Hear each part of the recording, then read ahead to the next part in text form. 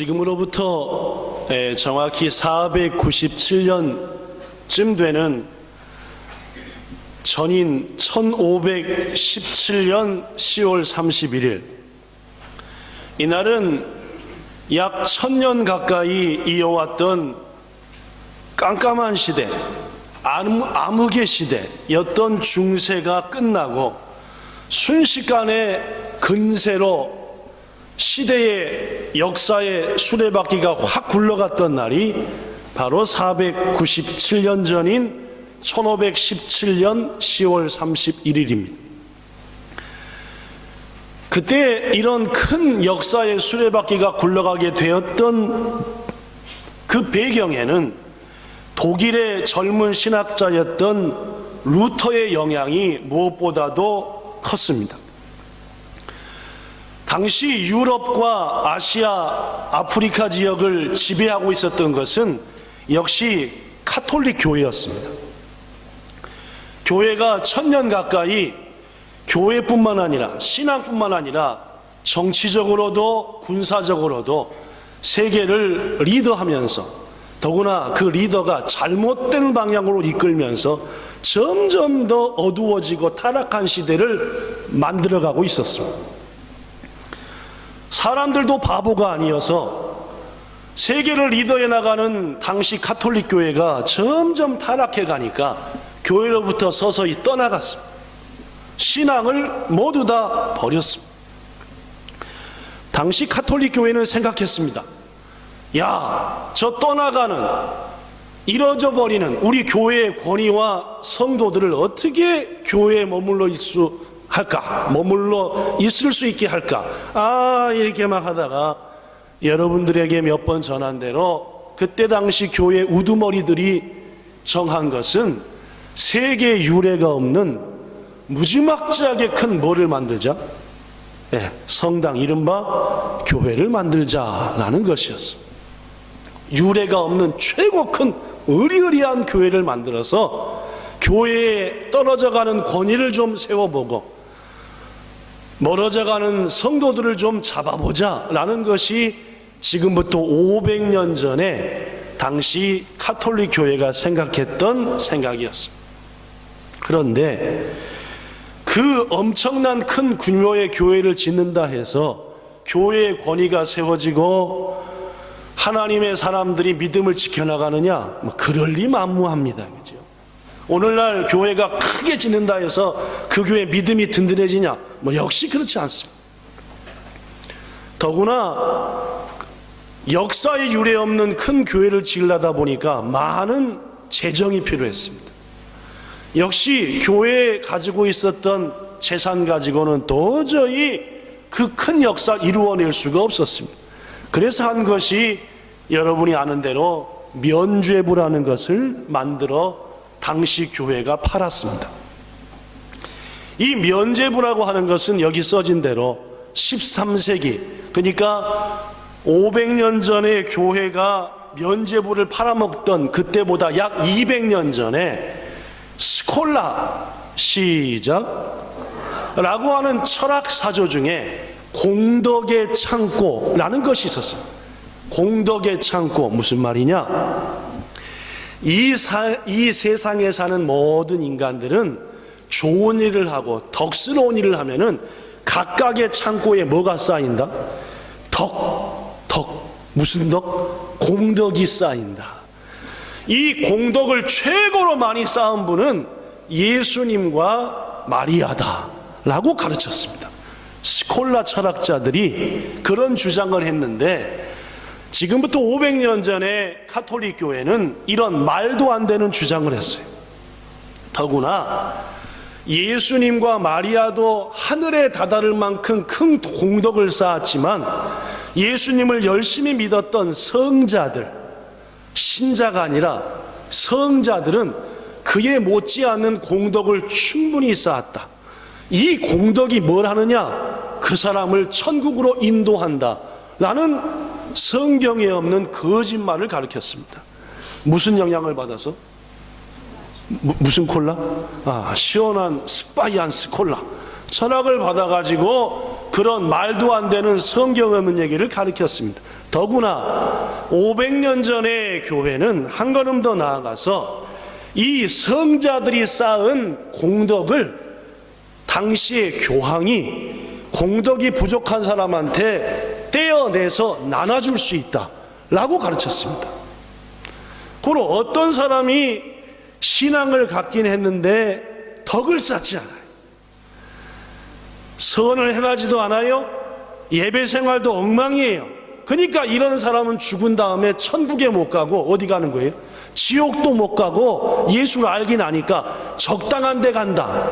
물론 우리 성경에는 천국 아니면 지옥인데 당시 교회는 역시 거짓말했습니다. 그래서 공덕이 부족한 사람이 이 성자의 공덕을 받으면 이 사람이 천국에 갈 수 있고 많은 덕을 쌓을 수 있다라고 얘기했습니다. 이 공덕을 받는 방법은 교황이 인정한 면죄부라고 하는 것을 사라. 그러면은 너가 부족한 그 공덕을 교황이 떼서 너에게 줄 것이다 라고 가르쳤습니다. 물론 이 징방한 모든 당시 교회의 공덕에 대한 가르침, 면죄에 대한 가르침은 전부 다 성경에 없는 스콜라 철학의 영향을 받아 자기들이 마음대로 만든 교리였습니다. 당시 가톨릭 교회는 자신들이 잘못하여 범죄하여 교회가 타락되고 힘이 없어지는 것을 모르고 큰 교회를 지으면 되겠다. 큰 교회를 짓기 위해서는 많은 재정이 필요하다. 그래서 이런 악을 행한 것입니다. 몇 년 전에 한번 소개했지만 판촉 사원들이 있었습니다. 뭐를 파는? 면죄부를 파는 판촉. 어떻게 판촉을 했느냐? 이렇게 영업을 했습니다. 자, 면죄부가 왔습니다. 이 한 장이면은 당신은 물론 당신의 부모의 죄도 사할 수 있습니다. 당신은 지금 돌아가신 당신의 부모의 고통의 소리를 듣지 못하십니까? 얘야, 우리가 너를 낳았다. 너를 힘들게 키웠다. 그러나 우리가 죽어 천국도 못 가고 이 어두운 곳에서 신음하고 있는데 어찌 너는 편안히 살고 있느냐? 나를 위해서 면죄부를 빨리 사다오. 어서 우리를 벗어나게 해다오. 이렇게 울부짖는 당신들의 부모의 음성이 들리지 않습니까? 당신들은 부모의 사랑도 모르는 짐승입니까? 부모의 부르짖음을 어찌 외면합니까? 이렇게 팔아먹었대요. 뭐를요? 면죄부. 이렇듯 중세교회는 타락할 대로 타락했습니다.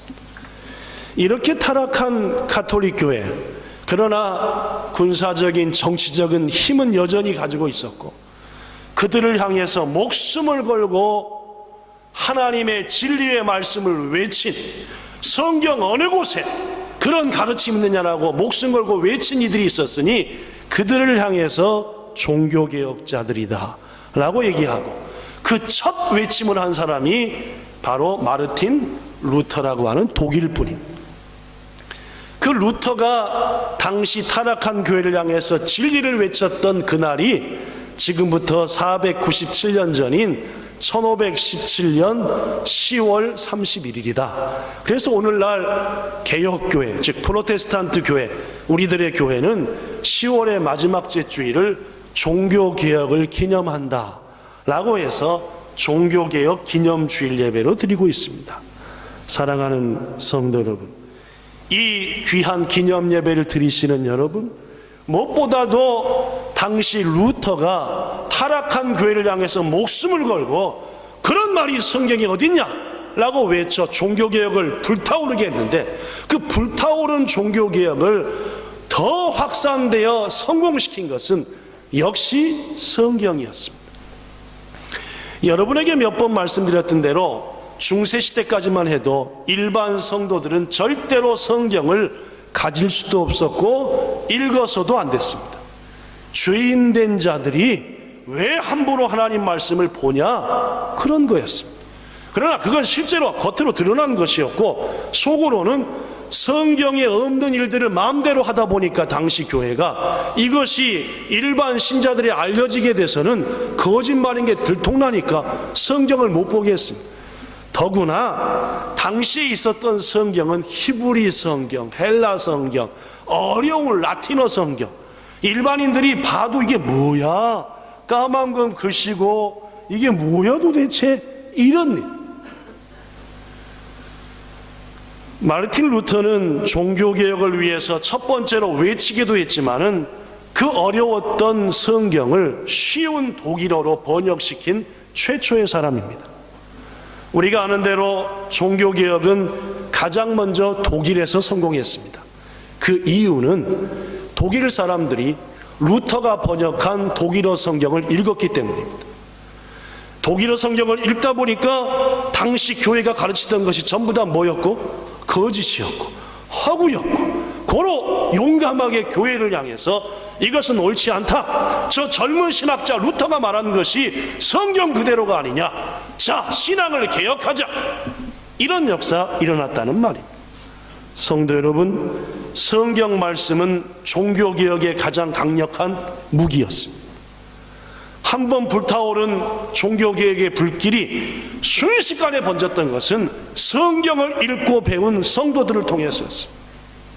500년이 지난 지금 여러분과 저에게는 수많은 성경이 있습니다. 막 집에 몇 권씩 있습니다. 아니 성경 없어도 요새 스마트폰만 열면은 막 여자들이 남자들이 나와가지고 따다다다다 읽어줍니다. 성경을 막 읽어줍니다. 이런 시대에 살아가는 여러분, 하나님의 말씀을 마음껏 읽고 배우고 행하여서 이 어두운 시대에 또 다른 개혁자로 쓰임받게 되시기를 예수님 이름으로 축복합니다. 저는 오늘 이 종교개혁주의를 맞이해서 한 사람을 소개하고자 합니다. 그 사람의 이름은 따라하십시오. 여호사밧. 이 여호사밧은 누구냐 하면은 유다라고 하는 나라가 있었는데 그 유다 나라가 한 500년쯤 이어졌어요.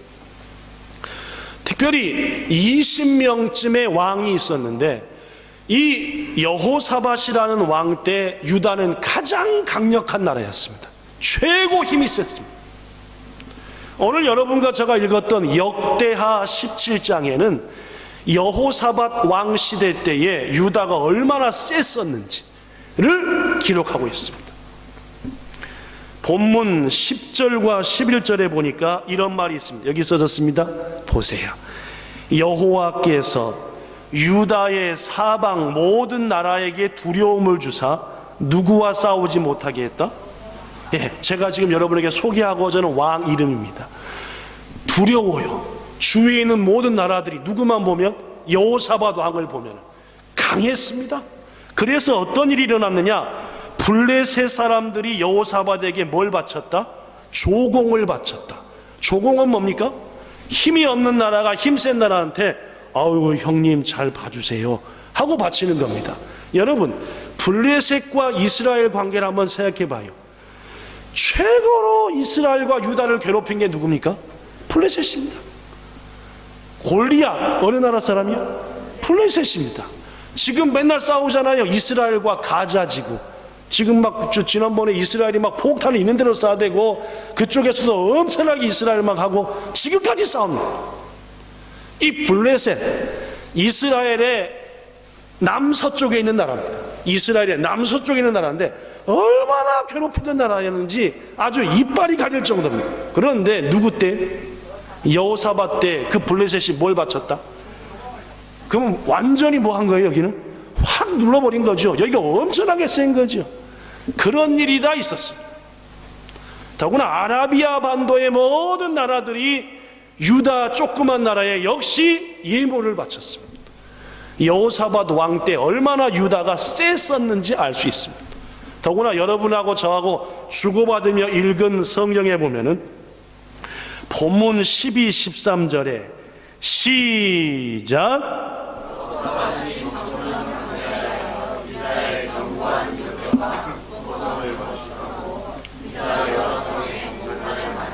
이 나라 저 나라에서 조공을 바치니까 나라에 돈이 넘치고 넘치는 거예요.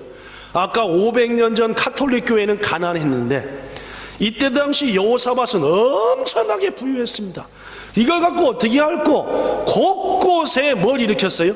건축 사업을 일으킨 겁니다. 그러니까 나라가 곳곳마다 막 다리나 성지어 창고지어 나라가 얼마나 부유로웠던지 국고성은 뭐냐면 나라의 보물을 놔두는 성, 그런 성들을 여기저기 지을 정도로 유다는 강력했습니다. 이게 다 아닙니다. 본문 14절부터 18절에 당시 유다의 군대의 숫자가 나옵니다. 보니까 먼저 14절에 보니까 아드나에게는 용사가 30만 명, 여호하나네는 28만 명, 아마시아에게는 20만 명, 엘리야다에게는 20만 명, 여호사밧에게는 18만 명. 도합 합치니까 몇 만이요? 여기 써있어요. 얼마? 어디 갔어? 여기 있던 거. 오, 한참 지나가 버렸네, 그죠? 다 합치니까 몇 만이요? 116만 명이다. 유다의 군사의 숫자가 몇 명이요? 여기 있네, 여기 있어. 몇 명? 아니, 아까 성경 읽을 때도 처음엔 크게 읽더니 중간중간 갈수록 작게 했더니, 이제 지금은 대답을 안 하고. 지금부터 약 3000년 전에 유다의 군사가 자그마치 116만 명 플러스, 성경에 보니까 그 외의 여러 성들에도 군사를 배치했더라. 여하튼 정규군만 116만 명에 예비군에 무슨 다른 동네 군사까지 하면은 무지막지한 군대. 우리 대한민국의 인구가 5천만쯤 됩니다. 그 중에 군인이 60만 명이래요. 여러분, 한국의 군인이 60만인데 유다의 군대가 당시 몇 만이라고요? 약 120만 명. 얼마나 많은지 알겠죠? 여하튼 바글바글바글한 겁니다, 군대가. 더구나 읽은 거 보시다시피 그냥 칼만 싸우는 군대가 아니라 막 창에 방패에 벨 군사가 다 있었다는 거예요. 즉 여호사밧 때에 조공을 바쳐 돈이 많아 막 건축 사업을 하고 다리를 놓고 성을 져, 군대는 무지막지하게 많아, 군량미 다 지출할 수 있어 얼마나 강하고 부자였겠냐는 말이에요. 여러분, 하나님께서는 왜 유다의 20왕 중에서 이 여호사밧이란 왕 때에 이렇게 가장 큰 강성함을 줬겠냐? 이유가 있다는 거예요. 우리에게 거울이니까. 그 이유를 몇 가지 소개하겠습니다. 첫째, 시작. 여호사밧은 하나님의 말씀을 구한 왕이었다. 유다의 20왕 중에서 가장 나이가 많이 들어 왕위에 오른 사람은 이 여호사밧입니다. 몇 살이요? 몇 살? 안 나왔나요? 35살. 제가 막 건너뛰고 왔다 갔다 하니까 막 영미자매가 전혀 뭐 순서들 안 하고 제가 왔다 갔다 하니까 지금 막 힘들어하고 있습니다. 35살의 왕이 됐습니다. 다른 왕들은 막 8살에 된 것도 있고 뭐 열 몇 살, 20살. 여러분, 인생을 좀 살다 보니까 8살이 왕고 20살 왕 됐다. 어때요? 애기죠, 애기. 무슨 나라를 다스리겠습니까, 그렇죠? 주위 눈치 보기 바쁘고 아버지 신하들 눈치 보기 바쁘죠. 근데 여호사밧은 몇 살 됐대요? 35살. 여러분, 35살 지나본 분들 어때요? 35살이면은 뭐든지 할 수 있을 것 같으죠? 피가 끓고 아무것도 안 보고. 저도 오늘 말씀 준비하면서 35살 때를 보니까 이야, 뭐 두려운 거 한 개도 없고 뭐든지 하면 다 되고 막 아무것도 안 보이는 때입니다. 35은 다 자기가 하고 싶은 대로 다 하고 싶어. 그게 35. 이제 40 넘어야 조금 겸손해지죠. 조금. 50 되면은 더 겸손해지고. 하여튼 피가 끓는 35살의 왕이 됐어. 그런데 이 35세 왕위에 오른 여호사밧은 다른 왕들처럼 우상에게 찾아가지 않았습니다. 아버지의 신하들인 노신하들, 경험 많은 신하도 의지하지 않았습니다.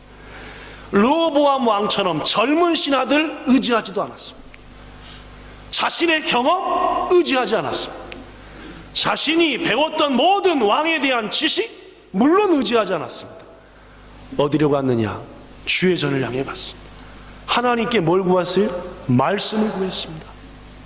하나님, 내게 어떻게 해야 될지 가르쳐 주셔서, 내게 하나님의 말씀을 주셔서 내가 왕으로서 오늘 어떻게 이 백성을 다스려야 될지, 하나님 다시 새로운 날이 되면 오늘 내가 그 말씀 주셔서 이 말씀 붙들고 하루를 살겠습니다. 여호사밧이 위대한 왕이었던 가장 첫 번째 이유는 시시때때로 하나님께 뭘 구했다? 말씀을 구한 왕이었다라는 말이에요. 성도 여러분, 솔로몬이 왕위에 올라서 종은 아이라 출입할 줄도 모르는, 즉 걸음 똑바로 뛸지도 모르는 어리석은 자입니다. 종에게 뭘 주셔서? 지혜를 주셔서. 하나님이 얼마나 기뻐했는지 솔로몬에게 구하지 않은 것까지 다 주지 않았습니까? 이 솔로몬을 본받은 왕이 누굽니까? 여호사밧입니다. 하나님 내게 말씀을 주셔서 우리 가정에, 내 오늘 하루의 삶에 어떻게 살아갈지 말씀의 지표를 주셔서, 이게 여호사밧이었어요. 성도 여러분, 세상 어떤 경험과 지식과 힘보다 하나님의 말씀이 능력이 있는 줄로 믿습니다. 지금부터 497년 전 어떻게 종교개혁이 성공했느냐? 그것은 용기 있는 개혁가들의 외침도 있었지만 더 귀한 것은 성경 말씀이었다는 말입니다. 하나님의 말씀을 읽은 성도들이 어찌 교회가 말씀대로 가르치지 않느냐? 깨우쳤고 회개했고 돌이켰고, 오늘 본문의 여호사밧도 왕위에 올라 다른 무엇이 아닌 하나님의 말씀을 구했다. 이게 그가 하나님으로부터 복을 받아 가장 강성한 나라를 세운 첫 번째 이유였다는 말입니다. 저는 오늘 종교개혁주의를 맞아서 여러분에게 정말로 간절히 부탁합니다. 제발 경험 따라 신앙생활 하지 마시고, 생각으로 신앙하지 말고, 여러분의 지식 갖고 하지 말고 매일 말씀 따라 순종하십시오. 오늘 목창원 장님이 기도하는데, 그쵸, 목창원 장님이 기도할 때는 전 목사로서 좀 기대가 됩니다. 아, 이번 기도 순서에는 어떻게 기도할까? 식상하지가 않아요. 기도가 중심이 있습니다. 벌써 몇 번째. 오늘도 딱 기도하시기를 지난주 말씀을 기억합니다. 하나님, 뭐하지 않게 하소서, 모세처럼 교만하지 않게 하소서. 지난주 말씀을 딱 기억하면서 교만했던 이들의 죄를 낱낱이 드러내지 않습니다. 하나님의 때를 못 기다리고 막 갔던, 오늘날 너무나 많은 신앙인들이 자기 해던 대로 신앙을 합니다. 그건 신앙이 아니라, 참된 신앙은 매 순간 깨우치는 하나님의 말씀에 순종해 나가는 겁니다. 이것을 여호사밧은 구했고 종교개혁가들은 구했다는 말입니다. 누가 훌륭한 신앙입니까? 교회 오래 다닌 사람입니까? 기도를 잘하는 사람이고 목사입니까? 아니요. 하나님이 보실 때 훌륭한 신앙은 깨우쳐 주신 말씀 구하며 그 말씀 따라가는 사람입니다. 두 번째, 여호사밧 때 하나님께서는 왜 그에게 그런 강성한 군대와 조공을 바칠 정도의 힘과 은혜를 주셨느냐? 그는 하나님께 받은 말씀을 자신만 간직하지 않고 온 백성들에게 가르쳤습니다. 이게 여호사밧의 두 번째 멋있음입니다. 오늘 본문 7절과 9절에 보니까 그가 왕위에 오른 지 몇 년째? 3년째 그의 방백들, 우리말로는 방백인데 히브리어 원어를 보면 신복들, 신복이 뭡니까? 국어사전을 찾아보니까 자기 옆에 딱 달라붙어서 뭐든지 시키는 대로 하는 사람들, 최고 믿을 만한 것들, 이게 신복입니다. 신복의 이름이 나와요. 누구? 시작. 베나일, 오바댜, 스가랴, 느다넬, 미가야, 요 5명을 불렀습니다. 무엇보다 여호사밧의 마음을 가장 잘 아는 5명입니다. 불러서 말하기를, 나는 이 나라를 하나님의 말씀에 따라서 이끌고 나가기를 원한다. 하나님이 매일매일 내게 말씀을 주시니 내가 너희들에게 말씀을 줄 터니 가서 백성들에게 뭐하라? 오늘의 말씀을 가르치라! 라고 얘기한 거예요. 5명이 다 할 수 있어요, 없어요? 세이빠이 못합니다. 그래서 이 5명에게 많은 레위인들은 뭐 하는 사람입니까? 하나님 성전 가까이서 예배를 돕고 말씀을 연구하는 사람이 레위인이라 그들을 붙여줍니다. 레위인들 이름이 나오지요? 시작. 스마야, 느다냐, 스바디아, 아사헬, 스미나못, 요호한나난, 아도니야, 도비야, 도바도니야, 이 외에도 여러 레위인들입니다. 자세히 보시면, 즉 5명의 믿을 만한 사람한테 많은 레위인들을 붙여서 매일 매 순간 백성들에게 하나님의 뜻을 가르치라, 이게 다 아닙니다. 이 일을 할 총 책임자로 2사람의 제사장을 선발합니다.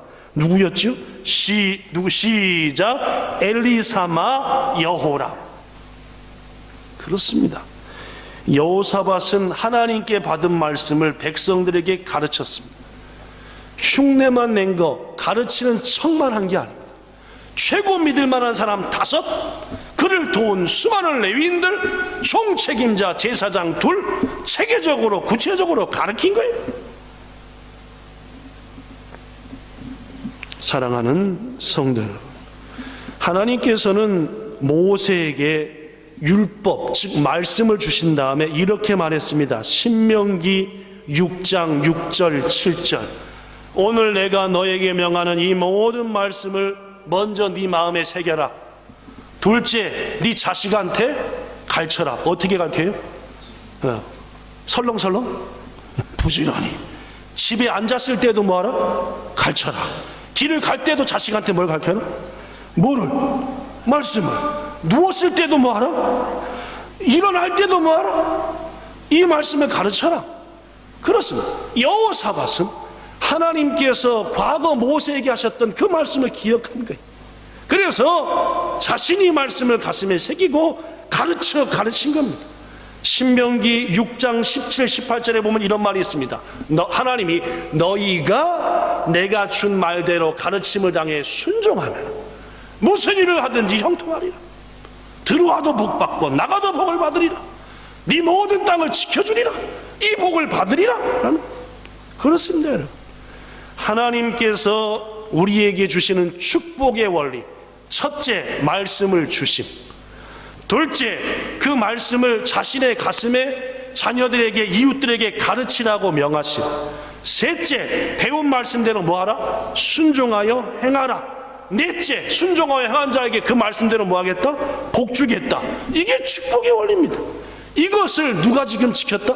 여호사밧이야.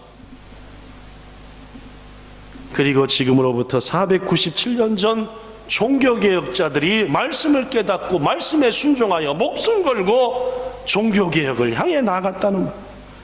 그렇습니다. 여호사밧이 하나님께 은혜 받은 3번째 이유는 가르쳤고 순종하여 행했기 때문입니다. 저는 여러분에게 몇 번 얘기하지만, 주일날 설교를 30분 40분 하지만 얘기하고자 하는 것은 대개 1-2-3가지입니다. 그것을 하자고 설명하려고 쭉 얘기하는 겁니다. 오늘도 딱 1가지입니다. 말씀 구하고 새기고 행하는 신앙생활 하자. 그게 종교개혁가고 그게 여호사밧이다. 지금 그 얘기하고 있는 중입니다. 성도 여러분, 이 말씀 한 주간 동안 듣고 되새기며 해가셔야 됩니다. 그게 최고의 신앙입니다. 그게 여호사밧처럼 하나님께 복받는 길입니다. 본문 6절에 보니까 여호사밧이 전심으로 여호와의 길을 걸었다라고 말. 하나님 말씀을 전심으로 순종했다는 말. 그것만이 아닙니다. 역대하 19장 6절과 7절에 보면은 여호사밧이 재판관들을 부릅니다. 어이, 재판관들 다 모여. 너희들이 재판할 때에 사람을 기쁘게 하지 말고 누굴 기쁘게 하라? 하나님을 기쁘게 하라. 하나님은 뇌물을 받는 분도 아니다. 구분 판단을 하시는 분도 아니다. 정직하게 판단하라. 하나님이 지켜보시면 알고 판단하라. 알겠느냐? 이런 말을 19장 6절 7절, 즉 하나님 앞에 온전하라, 그 말이에요. 말씀을 정리합니다. 저는 종교개혁 주일마다 여러분에게 500년 전 종교개혁가들이 가졌던 종교개혁의 3가지 원리를 소개했습니다. 해볼까요? 시작. 솔라 스크립추. 작년도 했고 재작년도 했는데, 그죠? 벌써 잊어버리셨습니까? 그럼 제가 먼저 한 다음에 여러분이 합시다, 그죠? 솔라 스크립추라. 오직 말씀으로. 아니 이분들이 솔라 그라티아, 오직 은혜로, 솔라 피데, 오직 믿음으로. 이 세 가지가 종교개혁자들의 가장 외치는 중심이었습니다. 그 첫 번째가 뭐라고요? 솔라 스크립추라, 하나님 말씀으로. 그렇습니다. 하나님의 말씀은 개혁의 시작이었고, 개혁되는 과정의 힘과 원동력이었고, 개혁의 마침표였다는 말입니다. 믿음의 성도들에게 하나님의 말씀은 가장 큰 무기입니다. 오늘 본문의 개혁자 여호사밧도 500년 전의 개혁자들도 하나님 말씀을 붙들고 개혁을 이루어냈다는 말입니다. 말씀 끝냅니다. 성도 여러분, 오늘날 많은 교회들이 하나님 말씀을 가장 귀중히 가르치십니까? 오늘날 교회들이, 성도들이 그 무엇보다 하나님 말씀을 귀중히 여기며 살고 있냐는 말입니다. 만약 그렇다면 우리 교회들이 세상의 지탄을 받지는 않을 겁니다. 어느 날 성도들도 교회도 하나님 말씀보다 더 큰 교회를 세우는데 혈안이 되어 있고, 어느 날 성도들도 하나님 말씀보다 성공, 평안, 기쁨, 교제, 온갖 이런 것들만 얘기하지 내가 얼마나 말씀대로 사는가, 내가 매일 하나님 말씀을 구하는가는 나까나까 없어져 버렸다. 다시금 이 시대는 개혁되어야 됩니다. 뭐 중심으로? 하나님 말씀을 구하는 사람들로, 그 말씀을 새기고 가르치는 사람들로, 그 말씀을 순종하는 사람들로 말입니다. 우리 교회가 교회다워지기 위해서, 우리 아까 권찰님이 기도한 대로 가장 많이 이 땅에 있는 교회 중에서 선교하며 섬기며 봉사하는 교회가 되기 위해서는 교회다워져야 되잖아요. 교회다워지는 가장 첩경은, 지름길은 여러분과 저가 말씀을 구하고 말씀을 배우고 말씀대로 사는 겁니다. 신앙은 다른 것 한 개도 아닙니다. 예수의 말씀 구하고 그분 말씀 배우고, 아, 이대로 살라는구나, 사는 것. 부디 오늘 이후로 497년 전의 종교개혁을 기억하여 솔라 스크립추라, 즉 말씀 중심의 신앙을 하셔서 이 땅의 새로운 개혁자로 쓰임받고 하나님 영광 나타내는 여러분과 저 모든 본향의 성도 되기를 예수님 이름으로 축원합니다. 기도하겠습니다. 주님, 500년 전에 그러했던 것처럼 오늘날 교회는 점점 빛을 잃어가고 있고 힘을 잃어가고 있습니다. 왜입니까? 교회와 목회자와 성도들이 가장 소망하는 것이 하나님의 말씀과 그 말씀을 배움과 그 말씀을 가르침과 순종함으로부터 떠나서 잘 되고 형통하고 복받고 마음 편해지고 이런 것들을 추구하는 교회로 변질되어 버렸기 때문입니다. 오늘날 교회를 크고 멋있게 져야 교인들이 올 줄로 알고, 교회를 빛을 내 짓기에 바쁜 일부 교회들의 모습을 볼 때에 500년 전에 타락했던 모습과 뭐가 다릅니까? 주님, 하나님의 말씀을 바르게 전하지도 않고 그 말씀을 사모하지도 않은 성도들의 모습이 500년 전의 모습과 뭐가 다르냐는 말이에요. 참으로 부끄러운 모습으로 회개하며 하나님 앞에 구하노니 우리 교회도 말씀 중심의 교회가 되게 하시고, 이 말씀을 사모하며 직접 행하는 교회, 성도들, 목회자 되게 하옵소서. 그리하여 이 시대 새로운 개혁자로 여호사밧처럼 하나님 말씀으로 온전해져 이 어두운 시대를 환히 밝히는 아름다운 사명 감당하는 우리 되게 해주시기를 간절히 소망하며 예수님 이름으로 기도드리옵나이다. 아멘.